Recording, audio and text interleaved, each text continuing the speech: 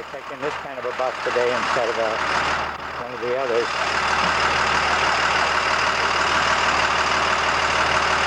Hello. Here's the War Memorial, where we were yesterday.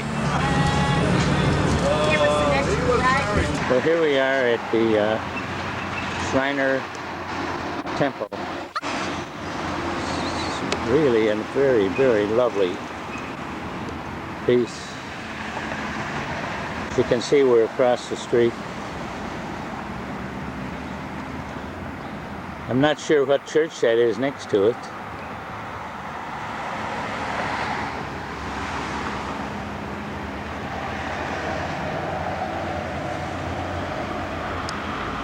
It's really a lovely structure.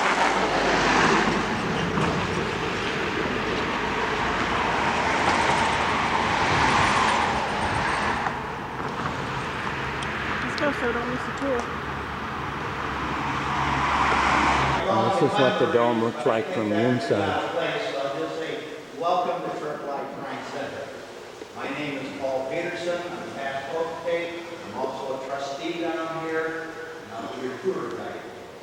I'm also a former Marine. The shovels that you see, the lower right here, that shovel was used at our hospital. We use the furniture. We recover it, and we continue to use it. If it gets damaged, we fix it and continue to use it. It really has to be destroyed before we throw it away. It was meant to be used, and we use it. The vase, we got it enclosed. I think, boy, that's a valuable vase. It's just a pretty vase, that's all it is. Set is 64 feet. It's written from the Quran. From the floor to the Praise center. be to Allah, Allah be praised, and a couple of other sentences. We took a picture of that in 1976 and sent it to the Islamic Center in Washington, D.C. to get it transcribed. But because of the distortion of the letters, they could not do it 100%. And then you can use an extension cord to do the rest if you want. The last time they were changed was over 25 years ago. We trust the motor, and nobody trusts the brake. So that's why it's burned out bulbs up there. I'll stand here and talk a little bit about things so that we don't have to. In one of the rooms. The construction going on when this building was built. And we presently have the original builders of this building involved in this fundraiser with us. Since they know the building, they got the prints. Very picture glass windows. They're interested in it too because it's a historical site for them to work.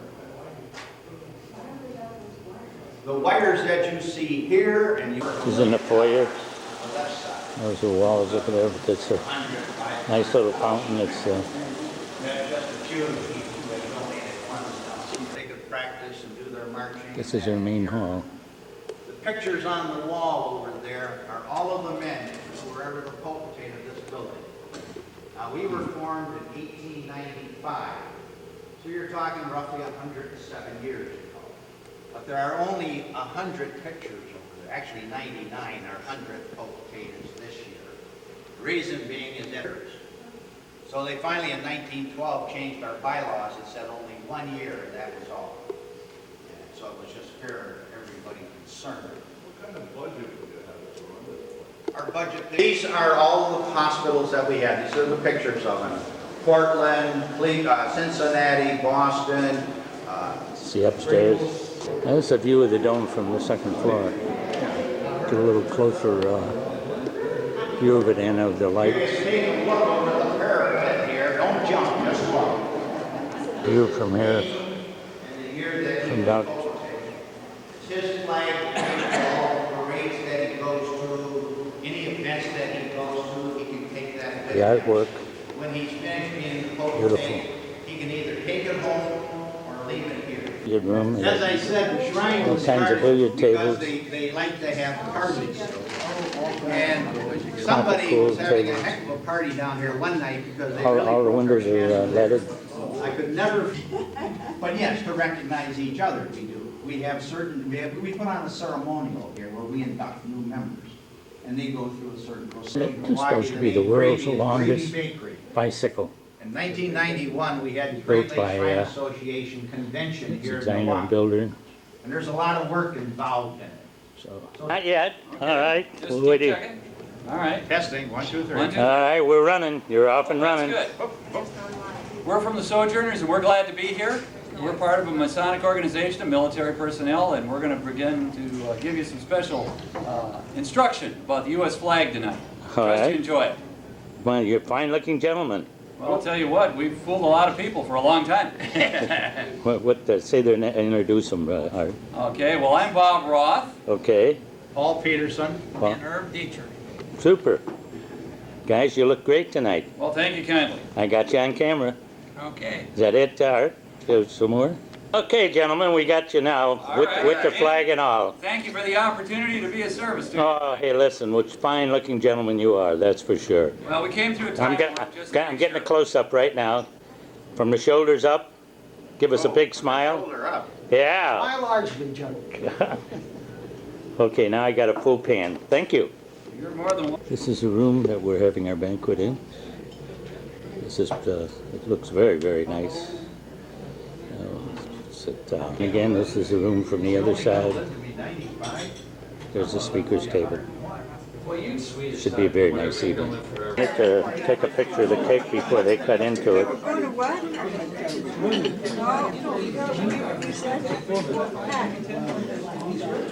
Probably not. That's minor.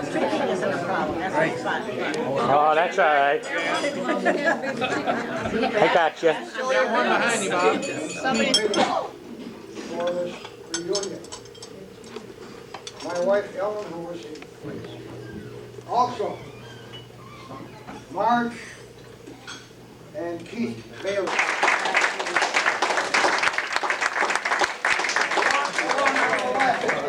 Teresa. The one that- Teresa? Teresa, front and center.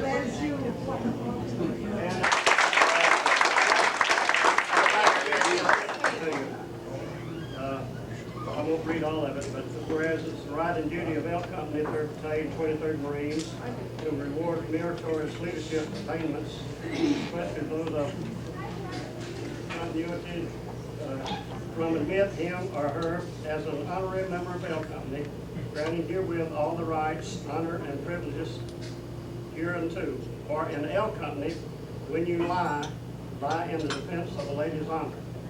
When you steal away justice.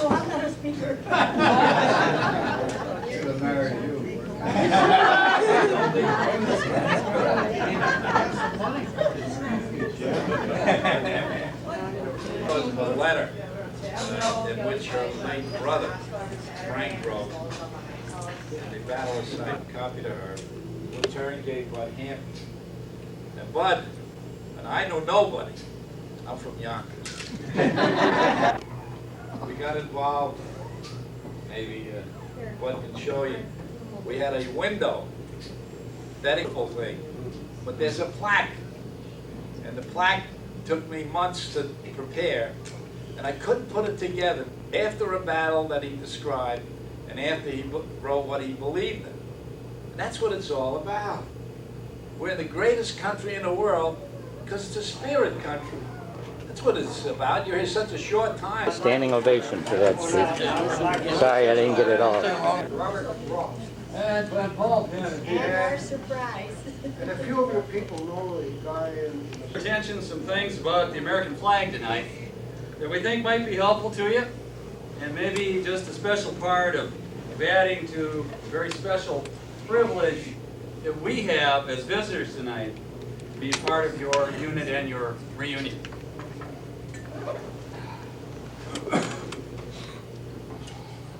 Let's talk a little bit about uniforms if we can. He's wearing a Continental Navy uniform. And you might want to tell him a little bit about it. Why don't you? Well, first of all, I don't know if any of you Marines know who the father of the American Navy is. John Paul. John Paul Jones.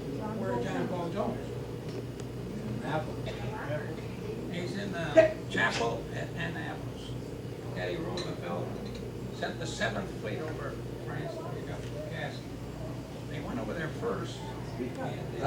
Louder! They went over to. Good. They knew that John Paul Jones was buried in France. They went over to the cemetery to look. first. They were looking, and some old lady come out, and she says, what are they looking for?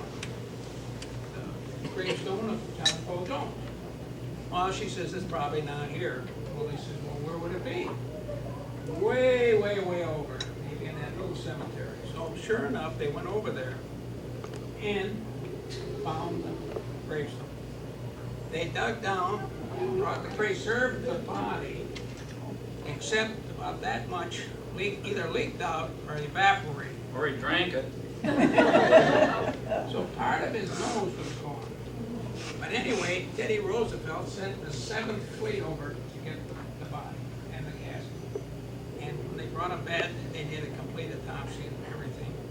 And if you want to see the chapel at the U.S. Naval Academy, it's right there, lead casket, and there's John. So It could go on all night. But we're humbled to be here.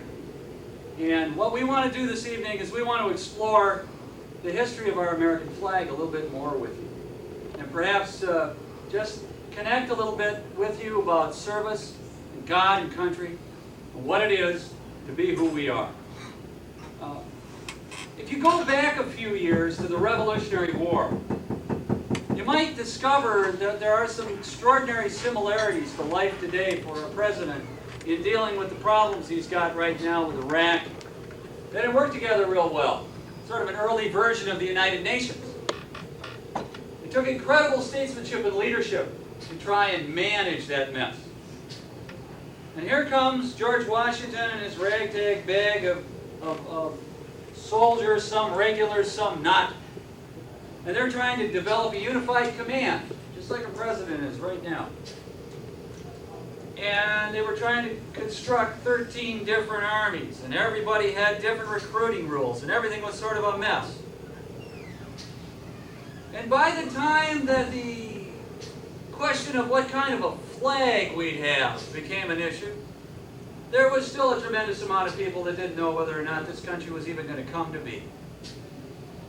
And one of the things I firmly believe is that there was a spirit, like that young gentleman from Yonkers was talking about. And that spirit was permeating the country at the time. And it was a spirit that said we can get along. We can understand one another. That we could distinguish between race, creed, color, national origin, sex, handicaps, and two heads. We could get along. We could figure out a way. And the centerpiece of that development was the American flag. So, ladies and gentlemen, let's discuss the flag of our country. Our thought and purpose as a nation.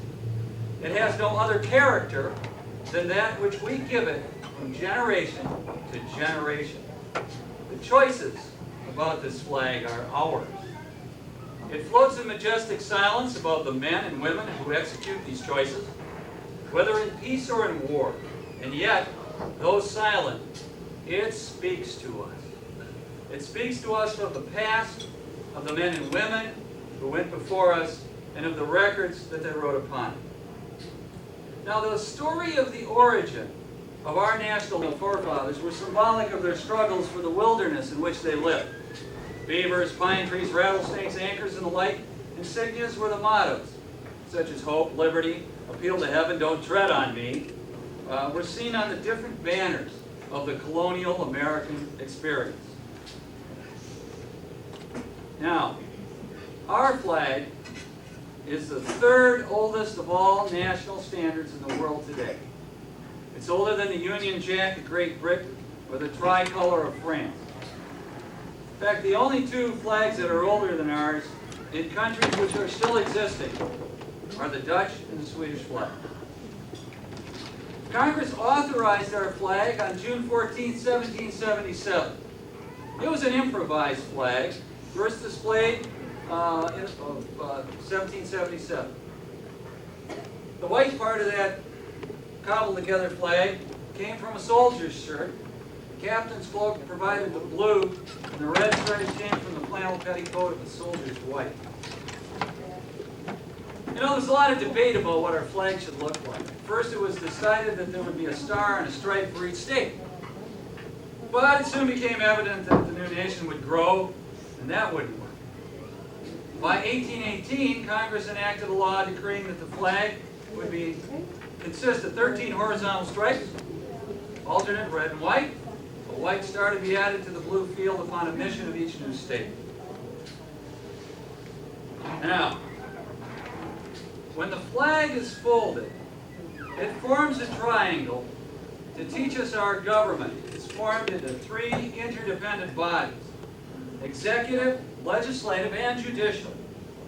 There are 13 folds, 1 for each of the original colonies. All are encased in the blue field to remind us that they, as well as we, are under the love and care of Almighty God, a free and united nation. So there we have a framework. And this framework comes from our Constitution, a framework upon which the United States rests.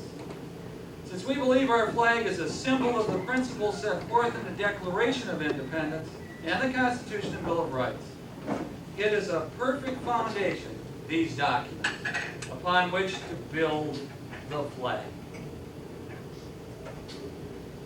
Skill and loyalty possess these qualities in great abundance.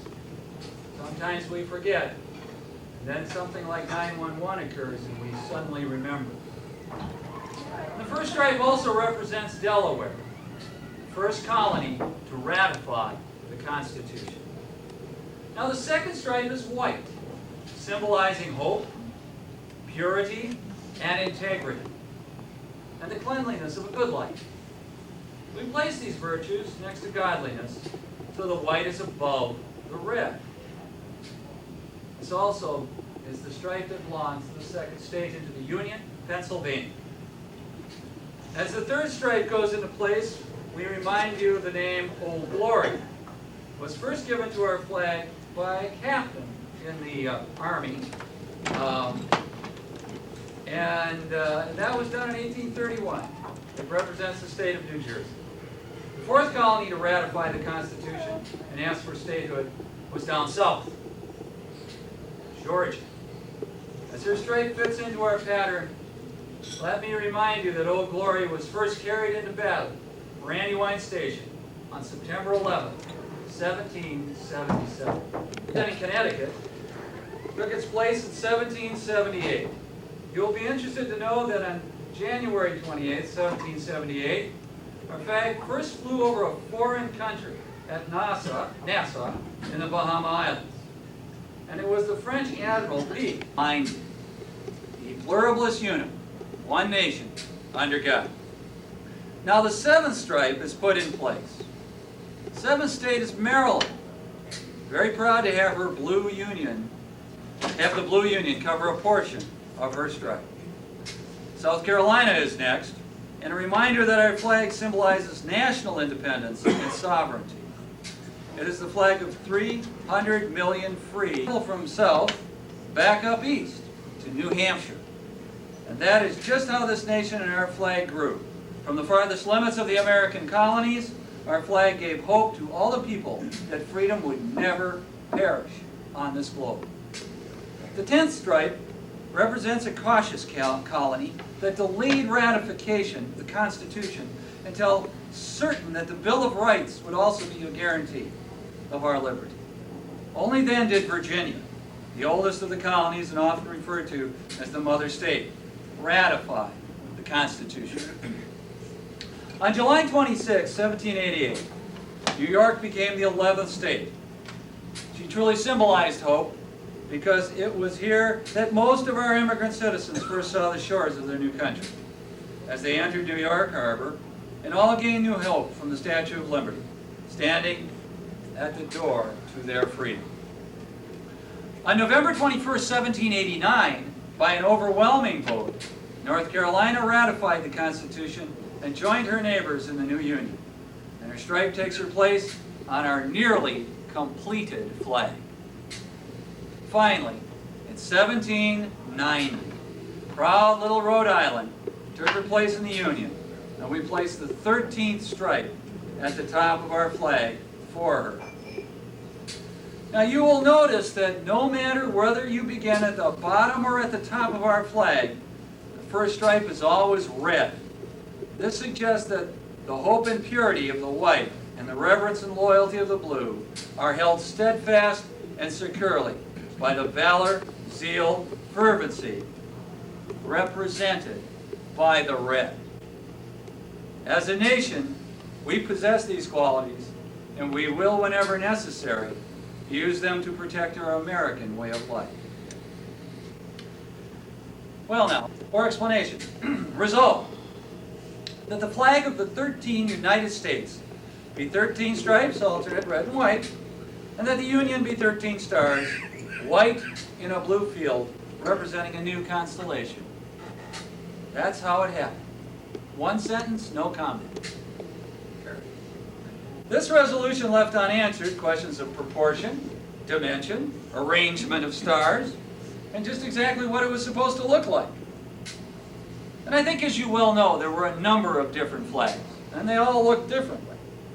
Some had different sized stars. Some of the stars had 4 points, some had 7 points.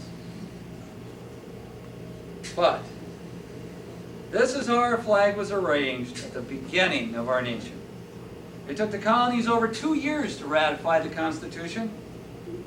But we must remember that lines of communication were much slower then than now. In those days, it took a letter 4 days to go from New York to Washington. Today, it can be delivered in less than maybe 2 or 3 days. 29 months were required to acquaint the 13 colonies with the terms of the Constitution and obtain their ratification. What do you know? Maybe with modern means of communication can be completed in maybe the same amount of time. In addition, the addition of 2 additional stars and stripes came after the admission of Vermont and Kentucky into the Union. That particular flag, with the extra 2 stripes, was figured in many stirring episodes. It inspired Francis Scott Key to write the Star-Spangled Banner. It was the first flag to be flown over a fortress of the Old World when Lieutenant O'Bannon of the Marine Corps and Midshipman Mann of the Navy raised it in 1805 in Tripoli at the stronghold in Darien. It was our ensign in the battle over Lake Erie and was flown by General Jackson at New Orleans. Well, fearing that too many stripes would spoil the true design of the flag, as I mentioned before, Congress passed the law permanently establishing the 13 stripes in 1818. Now, just because I think it's the right thing to do, and because I think it's worth remembering how it all happened in order, the stars representing the original colonies have been moved to a new field. It is a pattern that we are familiar with today. But let's listen for a minute to the roll call of the remaining 37, conceived in the dreams of liberty and in the hopes of freedom. I was designed by the hands of Betsy Ross, and her sewing basket was my cradle. Though I was never an orphan, I was adopted by the Continental Congress, and fighting valiantly for survival and destined to bring to all mankind a new concept of life, liberty, and the pursuit of happiness. I have been places and I have seen many things. I have witnessed every event of American history. I was there when they fired the shot heard round the world. I was there when they fired the shot.